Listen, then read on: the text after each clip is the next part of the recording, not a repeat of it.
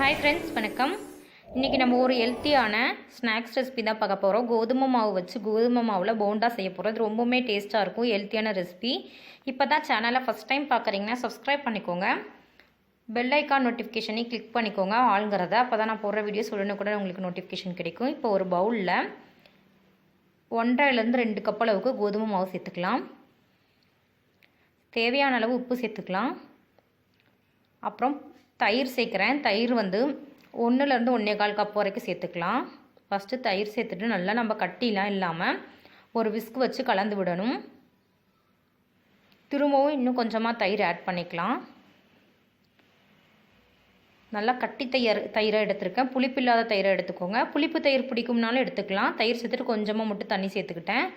இப்போ திரும்பவும் உப்பு பார்த்துட்டு உப்பு பத்தலைன்னா திரும்பவும் கொஞ்சம் சேர்த்துக்கலாம். இந்த அளவுக்கு இருக்குங்க. இதை வந்து நம்ம ஒரு 10 நிமிஷம் போல் ஊற வச்சுக்க போகிறோம். 10லேருந்து ஒரு 15 நிமிஷம் ஊற வச்சுக்கலாம்.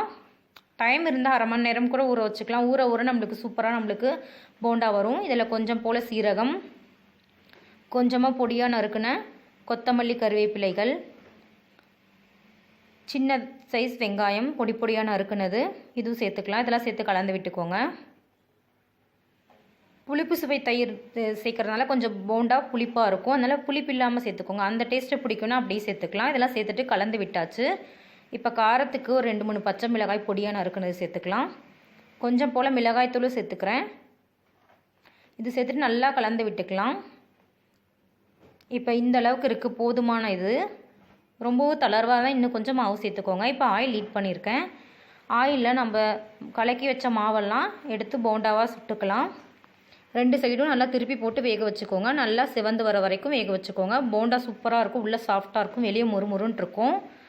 கண்டிப்பாக இந்த ரெசிபி ட்ரை பண்ணி பாருங்கள். ட்ரை பண்ணிவிட்டு எப்படி வந்துச்சுன்ட்டு கமெண்ட் செக்ஷனில் சொல்லுங்கள். ஹெல்த்தியான ரெசிபி வந்து ரெடி ஆகிடுச்சு. வீடியோ பிடிச்சிருந்தா லைக் பண்ணுங்கள். யூஸ்ஃபுல்லாக இருந்தால் ஃப்ரெண்ட்ஸ் அண்ட் ரிலேட்டிவ்க்கு ஷேர் பண்ணிக்கோங்க.